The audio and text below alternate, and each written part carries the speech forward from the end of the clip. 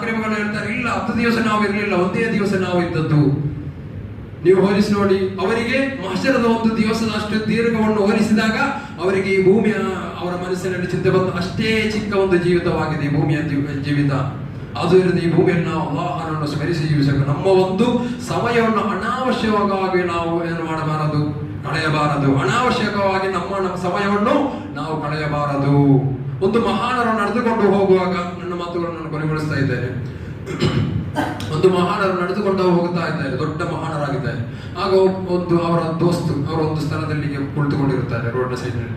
ಆಗ ಅವರನ್ನು ಕರೀತಾರೆ, ಬನ್ನಿ ನಾವೊಂದು ಸ್ವಲ್ಪ ಮಾತನಾಡಿ ಹೋಗುವ, ಸ್ವಲ್ಪ ಮಾತನಾಡಿ ಹೋಗುವ. ಆಗ ಈ ಮಹಾನರು ಹೇಳುತ್ತಾರೆ, ನಾನು ಮಾತನಾಡಲಿಕ್ಕೆ, ನಿಮ್ಮ ಹತ್ರ ಮಾತನಾಡಲಿಕ್ಕೆ ನಾನು ರೆಡಿ ಇದ್ದೇನೆ, ಆದರೆ ಈ ಸೂರ್ಯ ಚಲಿಸ್ತಾ ಇದ್ದಾನಲ್ಲ, ಆ ಸೂರ್ಯನನ್ನು ನಿಲ್ಲಿಸಿದರೆ ನಾನು ನಿಮ್ಮ ಹತ್ರ ಮಾತನಾಡಲಿಕ್ಕೆ ರೆಡಿ ಇದ್ದೇನೆ, ಇಲ್ಲದ್ರೆ ನಿಮ್ಮ ಹತ್ರ ಮಾತನಾಡಲಿಕ್ಕೆ ಅನಾವಶ್ಯಕವಾಗಿ ಸಮಯ ಕಳೆಯಲು ನಾನು ರೆಡಿ ಇಲ್ಲ ಎಂದು ಮಹಾನರು ಹೇಳುತ್ತಾರೆ. ಆದ್ದರಿಂದ ನಮ್ಮ ಸಮಯ ಎಂಬುದು ತುಂಬಾ ಮುಖ್ಯವಾಗಿದೆ, ತುಂಬಾ ಮುಖ್ಯವಾಗಿದೆ. ಸಮಯದ ಕುರಿತು ನಮಗೆ ಈಗ ಯಾವುದೇ ಚಿಂತೆ ಬರೋದಿಲ್ಲ, ಯಾವುದೇ ಚಿಂತೆ ಬರೋದಿಲ್ಲ ಸಮಯದ ಕುರಿತು. ಹೀಗೆ ನಮ್ಮ ಸಮಯ ಹೋಗುತ್ತಾ ಇದೆ. ಒಂದು ದಿವಸ